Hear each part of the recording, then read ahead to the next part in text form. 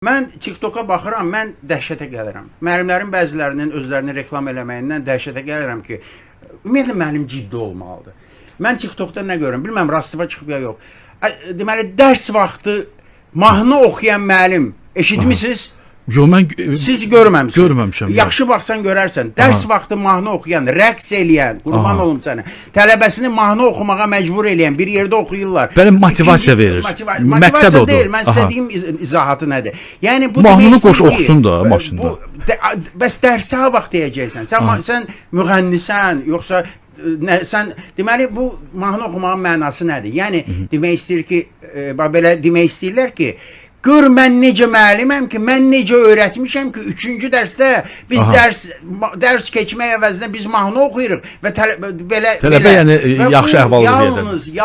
Yalnız sadəlöv insanlara bu reklam təsir eləyə bilər ki, hə, bu yaxşı müəllimdir, gör necə oxuyur, gör nə qədər rahat sürürlər və bu oxuyur, rəqs eləyir. Mən sizə nə deyim? Müəllim ciddi olmalıdır.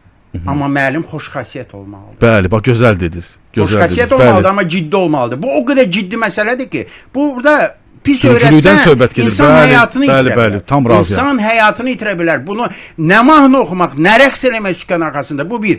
İkincisi də ki, deməli, mahnı əgər sizin müəlliminiz dərs vaxtı sizlə mahnı oxuyursa, rəqs eləyirsə, onu vallahi mən inanmıram. Yəni siz onların işini ciddi almırsınız. Ciddi almıram. Bir də ki, bir dənə burada təhlükəsizliyə aid də bir şey var.